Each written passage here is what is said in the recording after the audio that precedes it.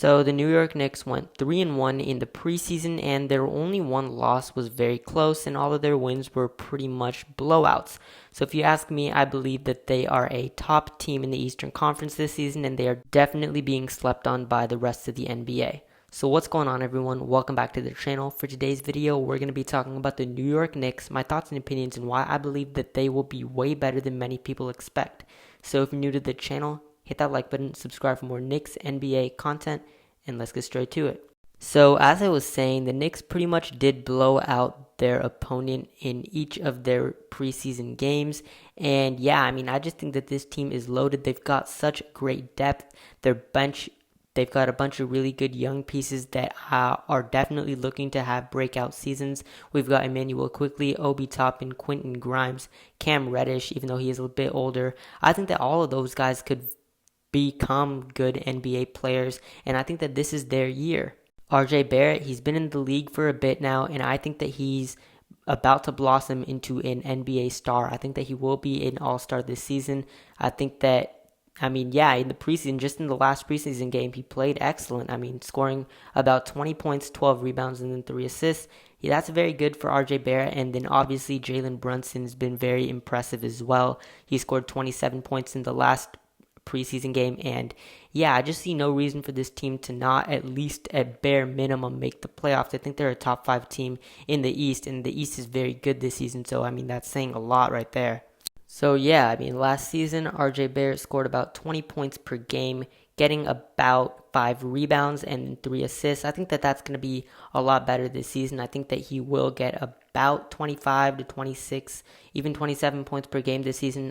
10 rebounds is a stretch. I think maybe 7 or 8 this season, and then obviously like 5 assists or so. So I think he's going to improve in all of those stat categories. And then on the defensive side, I think that he's going to be a lot better. We've seen that he is very lengthy, and I think that he can get blocks and he can get steals. I think that he's going to be a defensive threat and a two-way player for this Knicks team.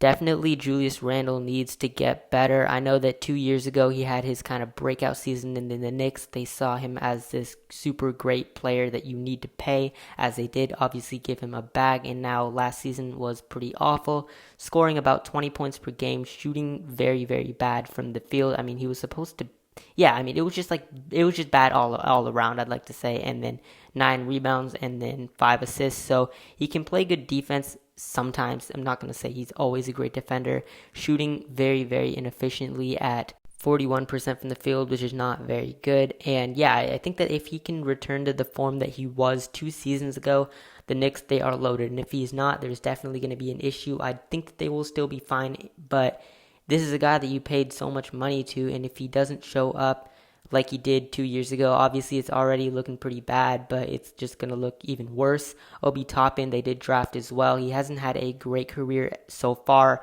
Last season, he did score about 9 points per game, 55% from the field, 3 rebounds and 1 assist, so that's not terrible for his second season. He's going into his 3rd season, and this is definitely when a bunch of, I'd say, offensive-minded power forward and just players in general start and tend to blossom into a good NBA player, and I think that he can. Obviously he needs to work on his defense, but he has shown that he can be a great player. Last season he had a game that he scored about 42 points in. So if he can be like that, I'm not going to say he needs to score 42 a night, but I think that if he can just average about like 15 points per game, that's definitely good for the Knicks going into his 3rd season. He can only get better. Emmanuel Quickly is definitely going to be a 6th man of the year candidate this year. I know he definitely won't be a starter. Maybe he could start at this shooting guard for some games, but he's primarily a point guard, and they've already got Jalen Brunson, who we already know is a great player. He obviously did score 27 in their final preseason game, and yeah, last season, Emmanuel Quickly shot about 40% from the field, getting about 11 points and then 3 rebounds and 3 assists. I think that's going to improve a lot. I think he can be a 20-point per game scorer, and I don't think starter just yet. As I said, you just paid a bunch of money to Jalen Brunson, so there's no reason for Emmanuel to be starting just yet, but I think that he can be a great player in the NBA, and yeah, the Knicks, they just got to do a good job developing him. You got to give him a lot more than just 23 minutes per game. I think 28 to 30 minutes a game will be good for him. especially for a guy obviously going into his third season, and that's when players tend to get really good.